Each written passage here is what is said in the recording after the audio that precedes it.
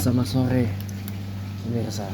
Hari ini hari Rabu 4 Desember 2024. 2024 hanya tinggal menghitung hari dan bentar lagi kita akan masuk di tahun 2025 dan kita akan mengawali tahun 2025 nanti di bulan Rajab, ya, dimana bulan Rajab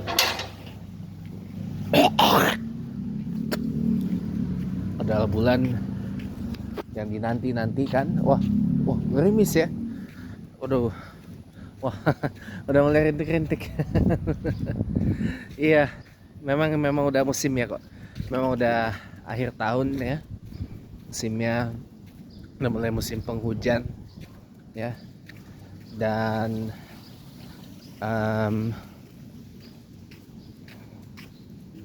memang nggak bisa dipungkiri sekali lagi bahwa yang namanya perubahan iklim itu memang benar adanya. Perubahan iklim itu bukan sebuah konspirasi, teman-teman. Perubahan iklim itu bukan sebuah hal yang mengada-ngada gitu loh. Tapi perubahan iklim is so fucking real. Perubahan iklim ini benar adanya loh. Kalau perubahan iklim itu nggak ada, nggak akan mungkin kita mengenal yang namanya global warming atau pemanasan global. Kalau perubahan iklim itu nggak ada, nggak akan ada yang namanya lapisan ozon itu menipis. Kalau perubahan iklim itu nggak ada, nggak akan ada yang namanya musim ini berantakan. Mestinya ya mestinya musim hujan ini mulainya dari Desember sampai nanti bulan Juni. Nah, Juni sampai Desember itu musim hujan. Bahkan mohon maaf, kalau perubahan iklim itu nggak ada, beberapa tahun yang lalu kita nggak akan mengalami yang namanya La Niña. La Niña itu musim kemarau lebih panjang dari musim kemarau. Bahkan beberapa tahun yang lalu kita juga mengalami kebalikannya, yaitu El Niño. El Niño itu musim hujan lebih lama daripada musim kemarau. Dan ini adalah sebuah fakta yang tak bisa dibantah oleh siapapun, karena ini terjadi. Jadi perubahan iklim ini jangan melulu dianggap sebagai sebuah konspirasi. Sama halnya dengan COVID, virus corona, yang seringkali dianggap konspirasi ini dan itu. COVID-19 is also fucking real, benar adanya. Dan ini bukan sebuah proyek rekayasa, sebuah proyek depopulasi dan seterusnya. Bukan itu. Memang bukan kejadian yang disengaja terjadi. Enggak, teman-teman. Tapi itu real. Sebuah virus yang ditemukan di Wuhan, di Tiongkok, yang transmisinya begitu cepat sekali menyebar ke satu kota sekota Wuhan, lalu kemudian menyebar secara nasional ke Tiongkok. Lalu karena sekarang eranya sudah era terbuka, era globalisasi, di mana perjalanan lintas negara atau global travel atau international travel itu adalah hal yang common gitu ya. Akibatnya tertular dari orang yang tadinya ada di China, ada di Tiongkok, tertular ke beberapa negara dan menularkan lagi kepada orang-orang di negaranya. Dan itu yang terjadi di Indonesia pada Maret 2020 yang lalu.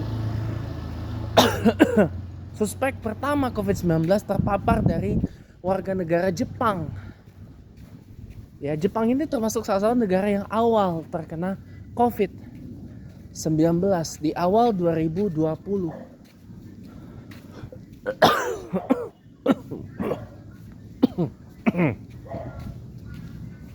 Dan ini benar adanya, teman-teman. Benar adanya. Dan tahu nggak, banyak dari kita yang meninggal karena itu. Termasuk salah satu putri Bung Karno, ya, guru bangsa kita, proklamator kita, presiden pertama kita.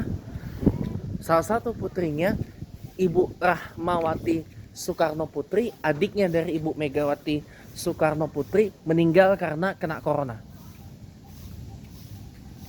Ya, meninggal karena terpapar COVID-19.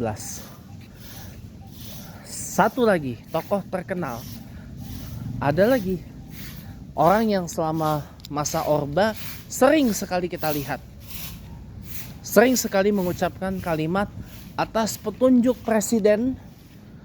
Makanya orang sering kali mengatakan, oh, ini menteri petunjuk presiden, Pak Harmoko.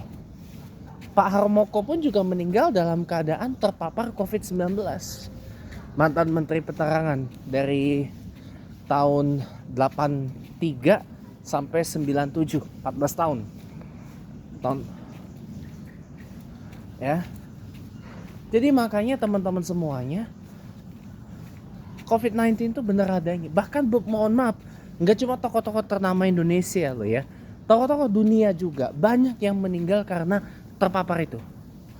Ya, Anda kalau tahu salah satu tokoh terkenal dari Amerika Serikat pada masa perang Irak, ya, Jenderal Colin Powell, yang pada masa perang Irak itu menjabat sebagai Menteri Luar Negeri atau Secretary of State sebelum digantikan oleh Condoleezza Rice di periode keduanya Presiden George Walker Bush waktu itu.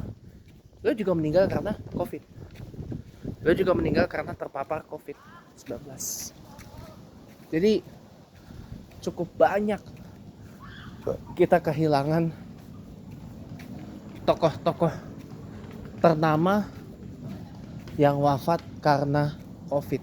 Bahkan mohon maaf, di dunia hiburan sendiri ada beberapa pelaku industri hiburan, aktor, aktris, musisi, bahkan salah satu mantan personel band Gigi, ya kalau salah ya, Gigi atau siapa, misalnya ada band itu, salah satu musisi lah pokoknya, itu juga meninggal karena COVID.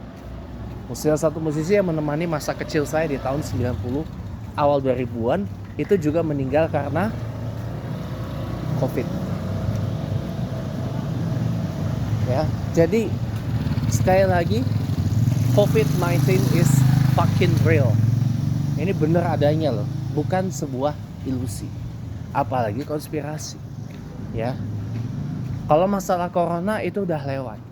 Kita sudah hidup di masa COVID-19 ini ditetapkan sebagai sebuah endemi, sama seperti AIDS, HIV AIDS, ya lebih tepatnya, yang ditetapkan oleh WHO sebagai sebuah endemi sejak tahun 1985 hingga sekarang.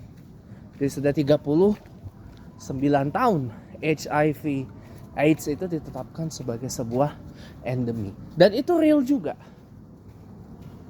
Banyak orang yang meninggal karena terkena AIDS. Banyak, teman-teman. Jadi jangan melulu sebuah pandemi Anda plesetkan sebagai sebuah plandemik lah. Anda nggak tahu sih, ya, kalau punya orang dekat terpapar COVID-19 itu sengsaranya kayak bagaimana. Saya belum pernah kena COVID, tapi keluarga saya pernah kena COVID. Bahkan satu keluarga kena.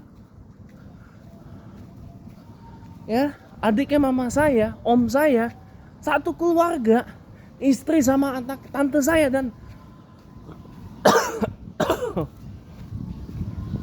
apa? Dan anaknya kena, kecuali satu anaknya kena COVID. Dua anak, satu anak kena corona. Isolasi, ya.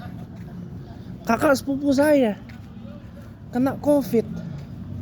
Kerasa semua teman-teman. Kena COVID tuh susah, belangsak hidup, ya. Nggak enak kena COVID itu, belangsak hidup. Kita mau aktivitas juga susah, ya kan? Napas saja kadang-kadang terengel-engel, kesengal-sengal, sesek gitu loh. Kalau belum pernah ngerasain yang namanya kena corona, jangan belagu deh, ya. Jangan belagu gitu, jangan seakan-akan menganggap alah COVID udah nggak ada, muka lu jauh. Alah COVID udah nggak ada, muka lu jauh, ya. COVID mah kagak ada, muka lu jauh. Elunya aja yang belum ngerasain kena corona itu bagaimana. Coba kalau udah ngerasain kena corona, mingkem tuh mulut. Kalau udah ngerasain, kalau minimal keluarganya ada yang kena corona, mingkem tuh mulut. Mamam tuh yang namanya COVID itu kagak ada, mingkem tuh mulut.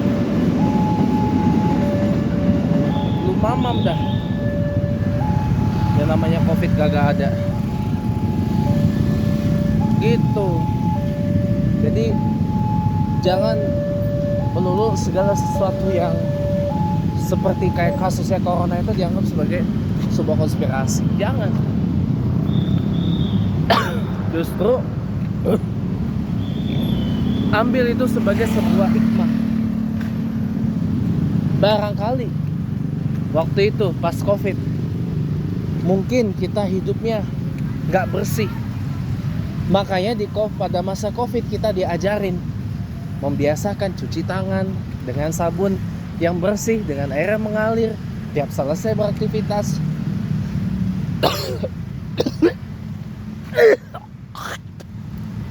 Menggunakan masker yang menutup sampai sini dengan baik dan benar, agar kita tidak menularkan sakit yang menular, maupun orang yang sakit tak tular sakitnya ke kita.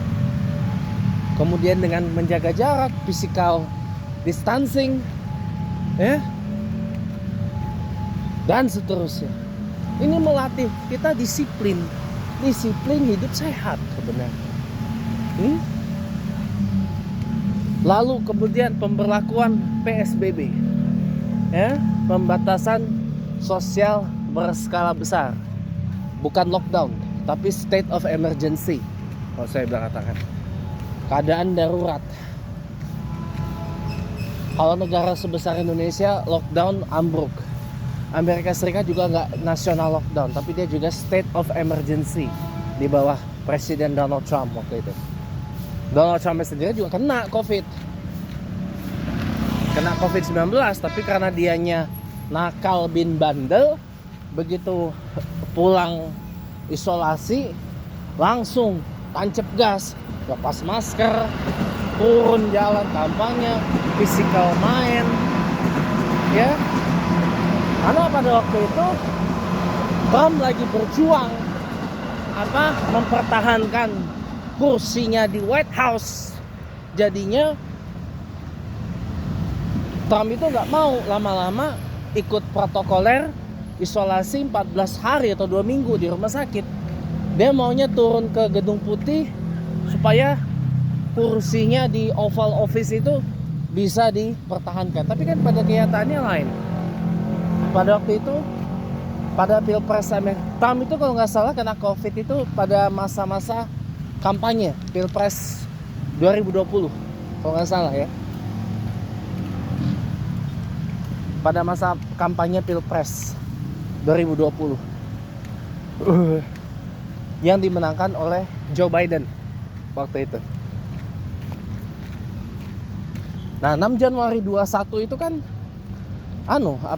insurrection itu kan juga masih dalam keadaan darurat COVID itu. Tapi udah aja pada liar orang waktu itu, apalagi yang dukungnya Trump. Ya, itulah pokoknya ribet kalau diceritain lagi peristiwa 6 Januari 2021 itu ribet pokoknya. Jadi ya apa, sekelas Donald Trump aja kena corona teman-teman, apalagi yang kita ini pada waktu itu. Ya untungnya kita nggak memberlakukan national lockdown, bahkan apa namanya Jakarta disuruh melakukan local lockdown, tapi Pak Aniesnya nggak mau. Kan gubernur Jakarta waktu itu kan Pak Anies Baswedan, nggak mau juga, bakal susah nanti rakyat, ya kan. Presiden Jokowi didesak para sebagian menterinya untuk lockdown, tapi nggak mau, karena nanti susah orang. Duit dari mana untuk kasih makan ratusan juta penduduk Indonesia yang segede gaban gini negaranya, gitu. Makanya teman-teman, please stop menganggap sesuatu yang memang benar adanya tapi seakan-akan nggak ada sebagai sebuah konspirasi. Jangan. COVID is real. Climate change, perubahan iklim is also real. Jangan dianggap sebagai sebuah konspirasi. Jangan dianggap ini apa, elektrifikasi ini karena ini apa namanya, untuk biar cadangan minyaknya diembat semua sama Amerika. Ya jangan gitu juga cara berpikirnya dong. Justru dengan diakselerasinya elektrifikasi mobil ini, justru ini akan menolong supaya climate change itu bisa kita lawan. Polusi itu salah satu penyebab climate change, tau nggak? Polusi tanah, polusi air, polusi udara terutama. Itu yang menyebabkan climate change, itu salah satunya adalah polusi. Polusi itu sumbernya dari mana? Dari bahan bakar. Dari kendaraan bermotor, dari pabrik, dari pembangkit listrik dan seterusnya. Nah, dengan mengelektrifikasi mobil, dengan mengganti, men-switch dari bahan bakar fosil ke bahan bakar yang terbarukan, renewable energy, harapannya ini bisa men-tackle down kalau yang namanya climate change. Men-tackle down tuh memberantas yang namanya perubahan iklim. Jadi please lah, perubahan iklim itu real, benar adanya loh. Ya, jadi sudah saatnya teman-teman, mari kita tackle perubahan iklim ini. Dengan cara apa? Ya kita combat dong. Kita lawan polusi itu. Polusi bisa kita lawan dengan cara apa? Dengan mengurangi. Kalau saya selalu bilang dengan diet menggunakan kendaraan pribadi kalau di Jakarta. Sekarang bus Transjakarta sudah dielektrifikasi. Sudah banyak bus-bus Transjakarta dari Tiongkok berdatangan. Ada yang CBU, ya, maksudnya satu paket sama bodinya. Ada yang dirakit di sini bodinya, yaitu yang pakai BYD. BYD pakai karoseri Laksana, dirakit ya di sana di Ungaran, di Semarang, Jawa Tengah, dan dioperasikan oleh Sinar Jaya. Kodenya SJM. Ya, kalau yang lain-lain itu punya Biang Lala, punya Damri, punya Mayasari Bakti, itu semua CBU. Completely build up gitu loh. Just one moment ya, saya break sebentar. Oke, last teman-teman ya. Last banget ya. Karena aduh ini kebelet kencing saya. Jadi apa namanya? Bus Transjakarta saja sudah melakukan elektrifikasi. Lalu sekarang sudah banyak mobil listrik yang bertebaran di Jakarta gitu loh. Cuma memang gini teman-teman, orang kenapa belum kejangkau yang namanya kendaraan listrik, mobil listrik, motor listrik? Ya karena harganya masih mahal, karena mobil listrik gak dapat insentif. Ya. Coba kalau mobil listrik, mobil new energy atau new energy vehicles kayak mobil listrik, mobil hybrid, plug-in hybrid ya. Insya Allah kalau dapat insentif ya harganya pasti laku deh. Dan ini akan menolong yang namanya tackling down polusi di Jakarta. Saya deh, coba aja terapin. Ya. Ditambah kita juga harus mulai membiasakan bergerak on the move gitu loh. Moving around. Ya. Dengan mengurangi ketergantungan kepada kendaraan bermotor ketika beraktivitas. Oke, sekian, selamat sore dan insya Allah kita berjumpa lagi di kesempatan lain.